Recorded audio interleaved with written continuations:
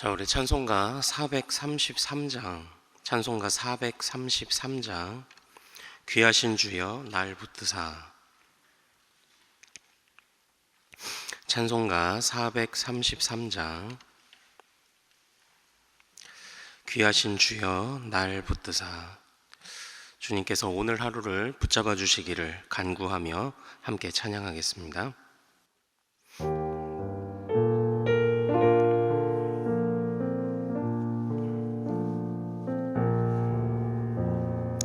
귀하신 주여 날 붙드사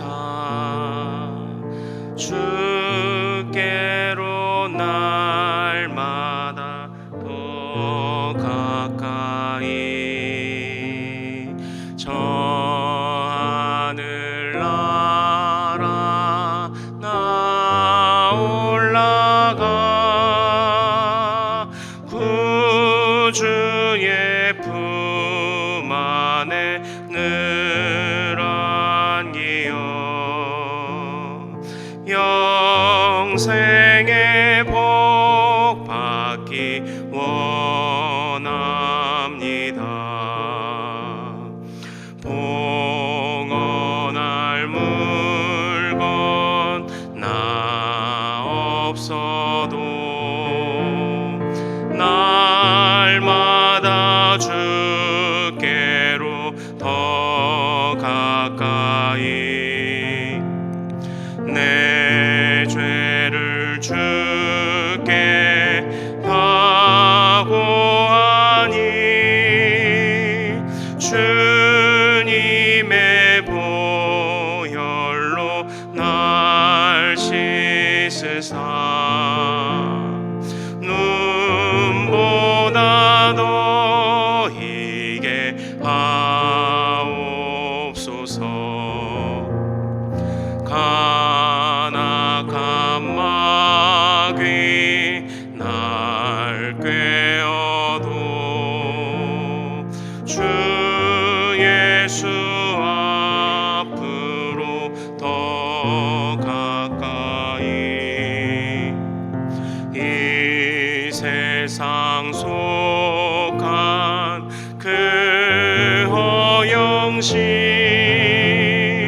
또 주한 생각을 다 버리니 정결한 마음 내게 늘 주소서. 이 세상 내가 살 동안에 주께로 날마다 더 가까이 저 배는 천국 나 들어가 한없는 복락을 늘 얻도록 풍성한 은혜를 주옵소서. 아멘. 기도합니다. 하나님 아버지, 하나님 우리와 동행하여 주시옵소서. 주님께서 함께 가시지 않으시려거든 우리도 가지 않겠나이다. 아니 나아갈 수 없나이다. 하나님, 우리가 우리의 힘으로 다니는 것 같으나 하나님 우리의 힘은 항상 실패할 뿐이요 우리는 끝도 없는 허영심으로 죄악을 만들어낼 뿐인 줄로 압니다. 주여, 오늘도 우리를 붙잡아 주시고 하나님 오늘도 주님께 합당한 자로 살도록 주께서 인도하여 주시옵소서.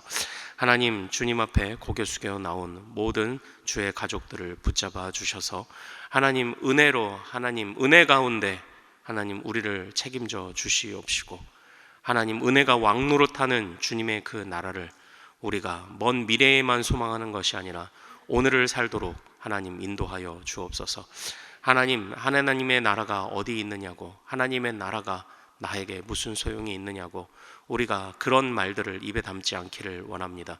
지금도 살아 역사하시는 주님, 하나님의 말씀을 순종하고 따른다는 것이 곧 하나님이 나와 함께 하시는 것이요, 하나님이 지금 내 곁에 계시다는 것을 우리가 인정하는 바로 그 믿음의 행동임을 우리가 기억하며, 오늘 주님 주시는 말씀 하나하나를 사랑하고 그 말씀을 따라 그 말씀이 우리의 법이 되어 사는 우리 주의 모든 가족들 되도록 도와주시옵소서. 하나님, 또 오늘 하루 우리에게 허락하시는 모든 시간들 속에 하나님께서 또 우리에게 맡기신 가정 또한 모든 삶의 현장들에 최선을 다하여 요행을 바라지 않고 주님의 은혜와 또한 우리의 헌신이 함께 어우러져 정말 의미 있는 하루를 만들어내도록 도와주시옵소서. 감사하오며 우리 주 예수 그리스도 이름으로 기도합나이다. 아멘. 오늘 주신 하나님의 말씀은 구약성경 사무엘상 28장 15절에서 25절입니다. 15절에서 25절 말씀입니다.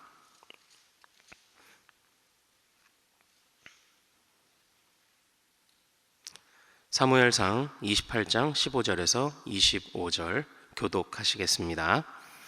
사무엘이 사울에게 이르되 내가 어찌하여 나를 불러 올려서 나를 성가시게 하느냐 하니 사울이 대답하되 나는 심히 다급하니이다.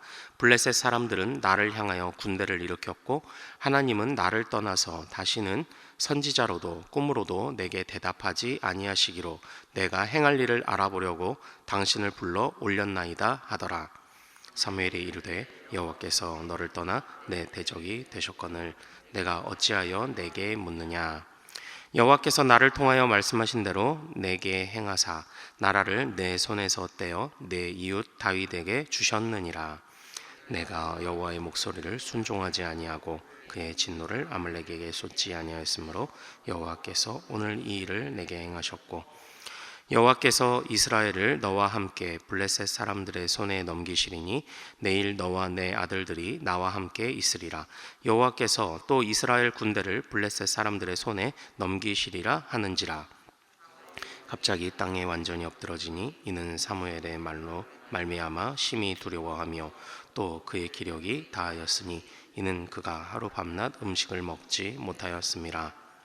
그 여인이 사울에게 이르러 그가 심히 고통당함을 보고 그에게 이르되 요종이 왕의 말씀을 듣고 내 생명을 아끼지 아니하고 왕이 내게 이르신 말씀을 순종하였사오니 청하건대 이제 당신도 여종의 말을 들으사 내가 왕 앞에 한 조각 떡을 드리게 하시고 왕은 잡수시고 길 가실 때에 기력을 얻으소서 하니 사울이 거절하여 이르되 내가 먹지 아니하겠노라 하니라.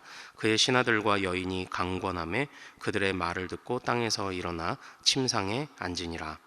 여인의 집에 살진 송아지가 있으므로 그것을 급히 잡고 가루를 가져다가 뭉쳐 무교봉을 만들고 구워서 같이요 사울 앞에와 그의 신하들 앞에 내놓으니 그들이 먹고 일어나서 그 밤에 가리라.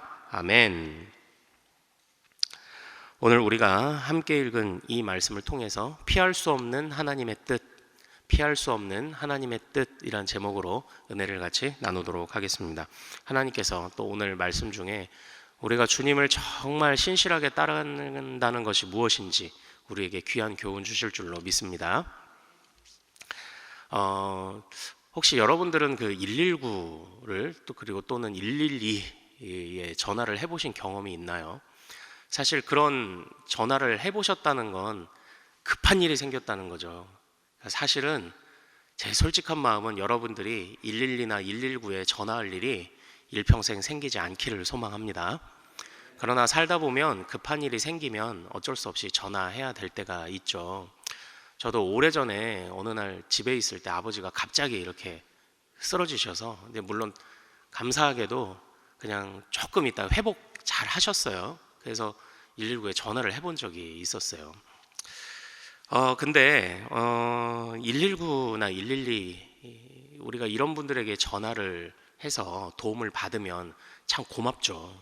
정말 고맙죠. 그런데 한번 잘 생각해 보십시오. 고맙긴 한데 그들을 사랑하지는 않습니다. 그냥 고마워요. 고맙긴 한데 그들을 사랑하지는 않아요. 또 사실 고맙긴 한데 만약에 나는 급해 죽겠는데 대부분 5분 안에 출동을 하시거든요. 근데 조금만 늦으면 또 막 화가 나잖아요. 그쵸? 나는 급한데. 우리는 가끔 하나님을 이렇게 대합니다. 하나님을 119 부르듯 112 부르듯 대해요. 하나님이 정말 은혜를 주셔서 우리에게 급한 일에 있어서 하나님을 구했을 때 응답을 주시면 감사하긴 한데, 저는 그것을 통해서 우리가 정말 하나님을 사랑하게 될 것인가, 저는 그것에 대해 확신이 없어요. 우리가 119를 112를 고맙긴 한데 사랑하지 않게 되는 것과 마찬가지입니다.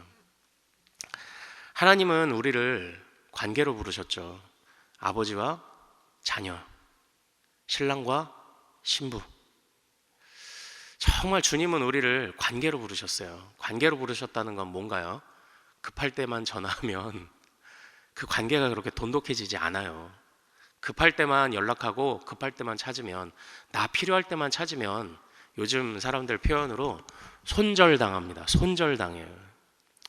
오늘 우리는 정말 피할 수 없는 하나님의 뜻을 피하려고 하다가 손절당한 한 사람을 보게 됩니다. 바로 사울입니다.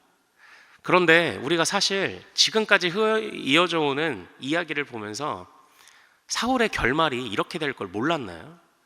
그냥 이렇게 될 것을 우리가 다 알고 있었고, 오늘은 놀랄 일도 아니에요. 어떻게 사랑이 많으신 하나님이 하나님의 사람을 버릴 수가 있느냐, 하나님이 세워놓고 왜 폐위시키느냐, 오늘은 그런 얘기가 통하지 않습니다. 여태까지 이어져 오던 사울의 행동을 보세요.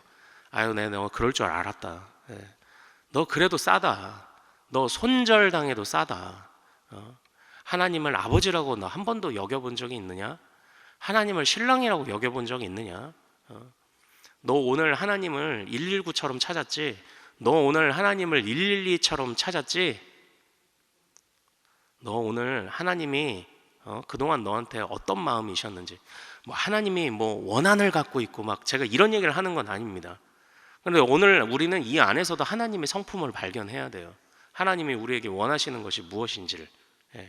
그래서 피할 수 없는 하나님의 뜻, 우리가 그 제목으로 좀 같이 보기를 원해요. 또 그런데 사실 이제 오늘 말씀, 어제부터 이어지는 오늘 말씀은 우리에게 굉장히 알쏭달쏭한 말씀이에요. 학자들에게서도 이 말씀에 관하여 의견이 너무 분분합니다. 왜냐하면 사울이 신접한 여인을 불렀거든요. 근데 신접한 여인을 불렀는데 그 여인이 또 사무엘처럼 보이는 사람을 또 불러왔거든요. 이거 뭐지? 이거 신접한 사람은 사무엘을 불러 일으킬 수 있어? 신접한 여인이 명령하면 사무엘이 오는 거야? 그러면 나도 한번? 절대 그런 생각하시면 안 됩니다. 사실 성경은 우리가 이해하기에 좀 난해한 부분들이 가끔 나와요. 예를 들면 그런 거죠. 이전에 제가 지금 기억나는 그런 장면들은 노아 시대에 이 세상의 죄악이 관영하였다라고 표현할 때 성경은 뭐라고 창세기 6장에서 표현을 하냐면, 하나님의 아들들이 사람의 딸들과 결혼했다, 사람의 딸들과 혼인했다, 이런 표현을 써요. 그런데 그때의 학자들이 하나님의 아들이 누구냐, 천상의 존재가 내려와서 사람들을 취한 거냐, 아니면 하나님께 택함 받은 백성들이, 셈의 자손이 하나님께 버림받은 함의 자손들을 취한 거냐, 의견이 분분해요. 그런데 그럴 때는 메시지에 집중하는 게 좋습니다. 그러니까 하나하나를 따져보기보단 전체적인 메시지, 죄악이 관영하였고 무언가 만나서는 안 되는 사람들이 지금 만나고 있다, 이런 메시지를 봐야 돼요. 그래서 그 핵심적인 그 메시지를 보라. 그리고 제가 이제 이전에도 성경을 잠깐 이렇게 같이 나누고 강의할 때 그런 얘기를 드려요. 나폴레옹이 항상 멜빵을 하고 다녔대요. 근데 빨간 멜빵을 했대요. 항상 빨간 멜빵을 했대요. 나폴레옹은 왜 항상 빨간 멜빵을 했을까요? 또 이러면 자꾸 우린 빨간색에 집중을 하거든요. 정답은 바지가 내려가서요. 그냥 바지가 내려가서, 근데 봤는데 그냥 가진 게 빨간 멜빵 뿐이에요. 그래서 빨간 멜빵을 한 거예요. 근데 우리는 또 성경에서 그 빨간색 나오면 이거 다 예수의 보혈이다 막 이래가지고 하는데 그게 아니라 그냥 메시지에 집중하면 됩니다. 오늘도 그래서 저는 메시지에 집중하겠습니다. 사실 어제 우리 원도우 목사님이 말씀하신 것에서 잘 말씀해 주셨어요. 성경은 신접한 여인과 박수와 무당을 찾는 것을 경고하고 있습니다. 특별히 레위기 19장 31절에서는요, 너희는 신접한 자와 박수를 믿지 말며 그들을 추종하여 스스로 더럽히지 말라. 나는 너희 하나님 여호와이니라. 모세 오경은 이스라엘 백성들이 가나안 땅에 들어가서 살 때에 반드시 지켜야 되는 삶의 지침이었어요. 이 울타리와 테두리 안에 있을 때 너희가 평안할 것이다, 이거예요. 물론 하나님이 그것을 완벽하게 백성들이 지킬 것이라고 애초부터 생각하셨던 건 아니에요. 그러나 기준을 아는 것과 모르는 것은 달라요. 왜냐하면 기준을 알아야 자기 자신을 하나님 앞에 드릴 수 있기 때문이죠. 하나님도 모세오경에서 제사의 법도를 허락하신 것을 보면 실패할 줄 알고 계셨어요. 그러나 기준을 알고 내가 실패한 것을 깨닫고 그래야 나아오죠. 그래서 주님이 그 안에 기준도 담으셨지만 은혜도 담아주셨어요. 그래서 이 기준을 바탕으로 판단을 할 때 역대상 10장 13절 14절을 보면 사울이 죽은 것에 관한 이런 평가가 나옵니다. 사울이 죽은 것은 여호와께 범죄하였기 때문이라. 그가 여호와의 말씀을 지키지 아니하고 또 신접한 자에게 가르치기를 청하고. 절대 하나님은 신접한 자 박수 무당 이거 안 돼요. 가끔 연예인들 보면요, 어디 뭐 무당 찾아가는 걸 막 이렇게 하잖아요. 그러면 지들끼리 잘났다고, 야, 너 교회 다니는데 이거 가도 돼? 막 이래요. 이사하기 전에 자기가 날을 받아왔다 이럽니다. 예. 손 얻는 날이니 뭐니 우린 그런 거 다 필요 없어요. 우리는 지금 누가 부활하시고 누가 승리하셨는데 그런 걸 따지고 있습니까? 그런데 잘 보십시오. 역대상 10장 말씀을 제가 인용했죠. 근데 14절에 이런 말씀도 있어요. 사울이 죽은 이유, 여호와께 묻지 아니하였으므로 여호와께서 그를 죽이시고. 오늘의 핵심은 바로 여기에 있습니다. 이 신접한 여인이 사무엘처럼 보이는 사람을 불러와요. 이 사무엘이 진짜 사무엘의 영이냐 아니냐에 관해서 학자들의 논란이 있습니다. 그러나 어제 우리 원도우 목사님께서는 그 신접한 여인이 이 사람을 한 영을 불려 올렸을 때 바로 겉옷을 입은 한 사람이 등장을 했다. 그 얘기를 듣고 사울이 이건 사무엘이다라고 확신을 하거든요. 왜냐하면 겉옷이라는 건 바로 사무엘의 트레이드 마크였어요. 바로 그 어미 한나가 매년 지어서 갖다 주던 그런 옷이었다라는 거죠. 그런데 이전에 사무엘상 15장에 보면은 사울이 돌이켜서 가버리는, 매정하게 돌이켜서 가버리는, 사울에게 메시지를 다 정하고 단호하게, 매정하게가 아니라 죄송합니다, 단호하게 가버리는 사울을 붙잡았을 때 겉옷이 찢어졌다고 표현을 하거든요. 그래서 사울의 겉옷은 찢어지고 그 이후에 사울은 죽었는데, 그런데 사무엘이 겉옷을 입고 나타났다고 하니 어떤 이런 모순점들을, 또 이것이 진짜 사무엘의 영이 아니다고 말하는 학자들의 의견이기도 해요. 그런데 그런 부분을 넘어서 중요한 건 진짜냐 가짜냐를 통해서 어쨌든 이 순간 사울은 그걸 사무엘로 그냥 믿고 있었어요. 진짜냐 가짜냐를 떠나서 지금 그 메시지를 사무엘이라고 그냥 여기고 있었어요. 그러니까 중요한 건 하나님은 어쨌든 그냥 이 상황에 정말 하나님의 뜻을 그냥 사울에게 그냥 드러내신 거예요. 이것만 집중을 해서 우리가 봐야 됩니다. 그런데 그 하나님께서, 제가 그래서 사무엘이라고 표현하지 않을게요. 하나님께서라고 표현하겠습니다. 하나님께서 이 사울에게 주신 그런 메시지는요, 사실 이전과 다르지 않아요. 16절 말씀 같이 한번 읽어볼까요? 자, 시작. 사무엘이 이르되 여호와께서 너를 떠나 내 대적이 되셨거늘 내가 어찌하여 내게 묻느냐. 네, 잘 보시죠. 여호와께서 너를 떠나 너의 대적이 되셨거늘. 그 밑에 나오는 이야기들을 다 읽을 수는 없지만 17, 18, 19절의 말씀을 보면요, 사실 다 이전에 하셨던 말씀이에요. 다 이전에 하셨던 말씀을 재확인해 주는 것 뿐입니다. 근데 이 사울을 한번 보십시오. 사울, 이전에 사울이 그 뜻을 몰랐나요? 알았어요. 그 뜻을 알았는데도 자기의 왕권이 뺏길까 봐 악착같이 다윗을 쫓아다니면서 다윗을 죽이려고 했고요. 악착같이 어떻게 해서든지 자기를 보전하려고 했어요. 중간에 사울이 그 죽을 뻔한 위기가 있었지만 다윗이 2번 살려주잖아요. 그때마다 다윗을 향하여 내 아들아 라고 말하면서 자기에게 깨달음이 있었던 것처럼 얘기를 해요. 그리고 너는 맹세하라, 나의 자손을 돌볼 것을 맹세하라 라고 얘기하지만, 그런데 그 맹세 안에 너는 나에게 맹세하라 라는 말 속에는 내가 내 왕권을 포기했다라는 의미가 이미 들어있는 거잖아요. 그런데 다윗에게는 그 맹세를 지키라고 하면서 사울은 그 맹세를 안 지켜요. 그 뒤로도 다윗을 죽이러 다니거든요. 그리고 많은 적군들이 쳐들어올 때마다 그가 초반에는 하나님의 뜻으로 승리한 것을 알았지만 나중에는 마음이 점점 급해지니까 자기가 제사장 역할을 다 해버리잖아요. 그래서 하나님의 뜻이 자기에게 정말 계속 자기가 하나님의 뜻과 엇박자를 내고 있다는 것을 알고 있었고, 그러나 피할 수 없는 하나님의 뜻이라는 것도 알고 있었는데 그것을 인정하지 못하다가 결국 마지막 때까지 온 겁니다. 그런데 이제는 더 이상 피할 수 없다는 것을 알게 됐던 거죠. 그래서 어쨌든 이 여인인지 사무엘인지 모를 어쨌든 분명한 하나님의 뜻은 선포됩니다. 16절에서 19절까지는요 6번이나 여호와께라는 여호와께서라는 표현이 반복되고 있어요. 이것은 어쨌든 이건 분명한 하나님의 뜻이라는 말씀입니다. 그것이 어떤 통로를 통해 왔느냐가 중요한 게 아니에요. 하나님의 뜻이 확실하게 선포되는데 하나님이 사울을 버리셨습니다.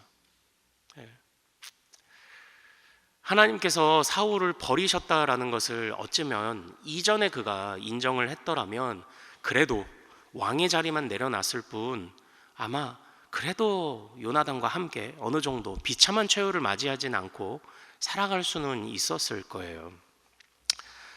사울과 요나단의 차이는요 하나님의 뜻을 인정하고 인정하지 않고의 차이였습니다.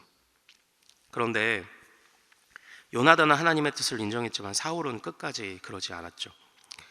20절에 보면 사울이 충격을 받았습니다. 진작 받아야 될 충격이었습니다. 하나님의 뜻을 처음 들었을 때 조금의 충격은 있었지만 그때 받아들였다면 그는 덜했겠지만 그 인정하지 않고 쌓아놨던 충격을 한 번에 몰아서 받았습니다. 받았다기보다는요 내가 인정하지 않다가, 그러니까 우리가 그 의사가 진단을 한 거예요. 당신 몸속에 지금 암이 있는 것 같아요. 그런데 0.5기 정도 됩니다. 이 이야기를 들었을 때 때로는 암이란 얘기를 우리가 확 들으면 절망해요.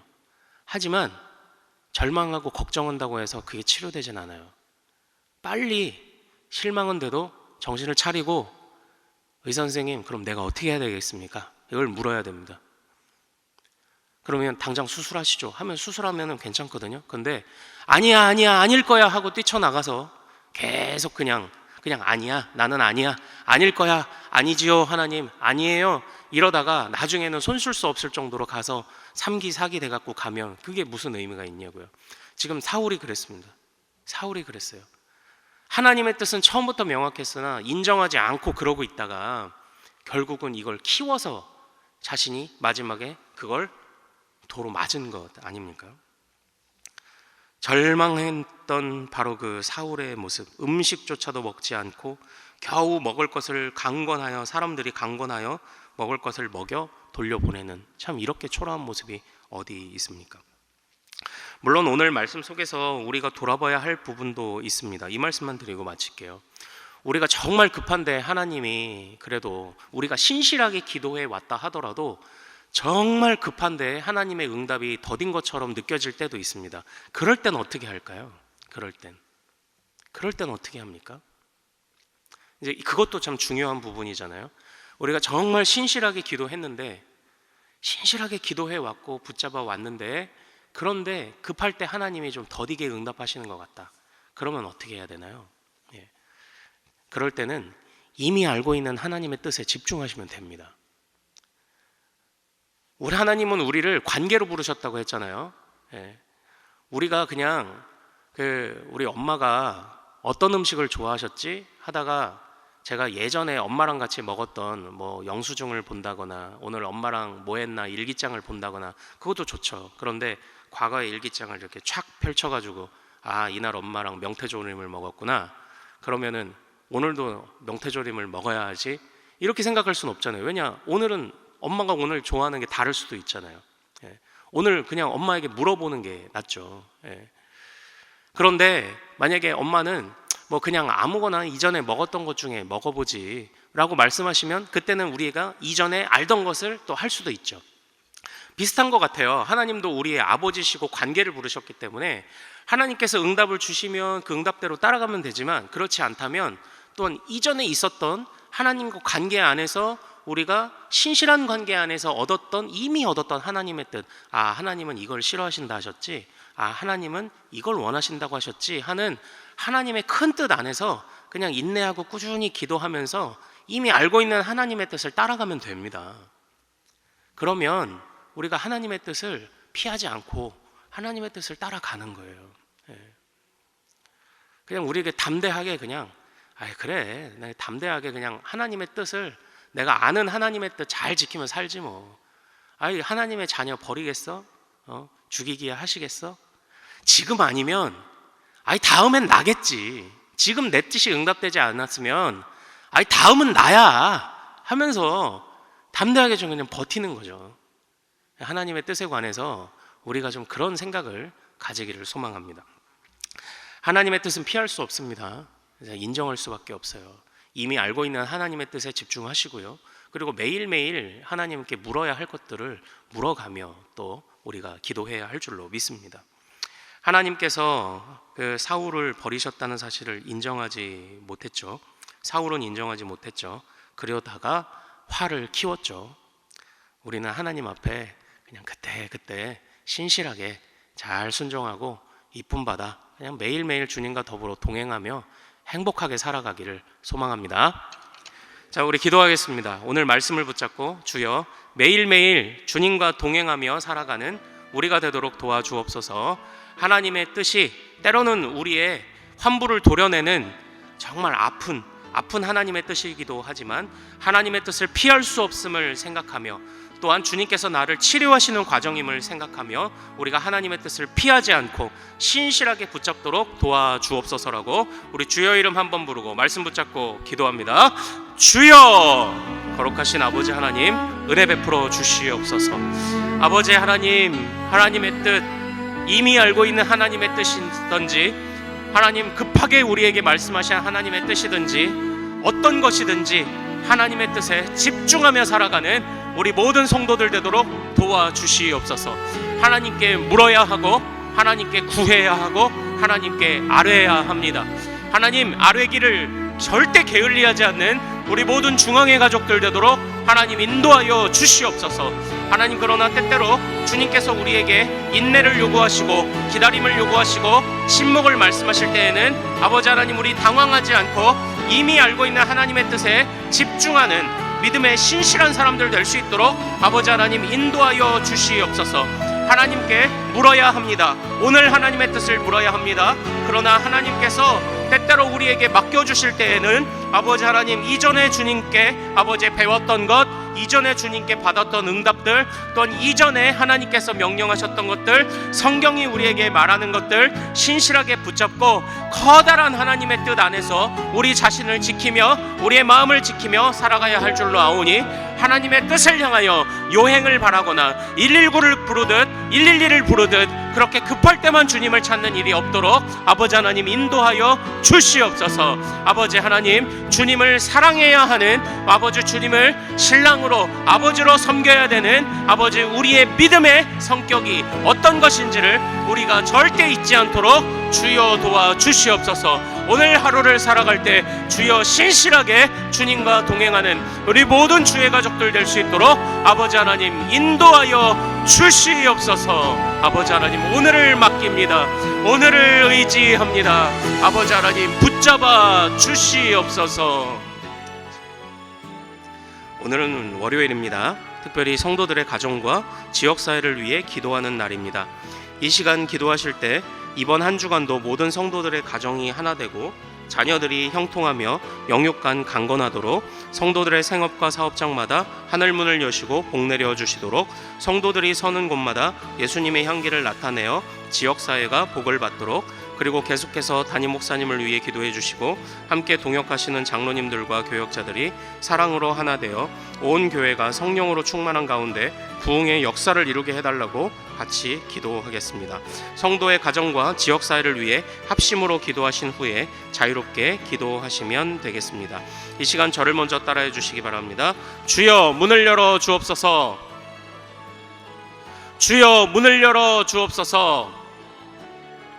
우리 주님 주신 기도 제목 품고 마음껏 기도하며 담대하게 삶의 현장으로 나아가겠습니다. 주여! 거룩하신 아버지 하나님 소망합니다. 아버지 하나님, 우리 성도들의 모든 생업과 삶의 현장들을 붙잡아 주시옵소서. 그 안에서 정직하게 하옵소서. 그 안에서 신실하게 하옵소서. 그 안에서 주님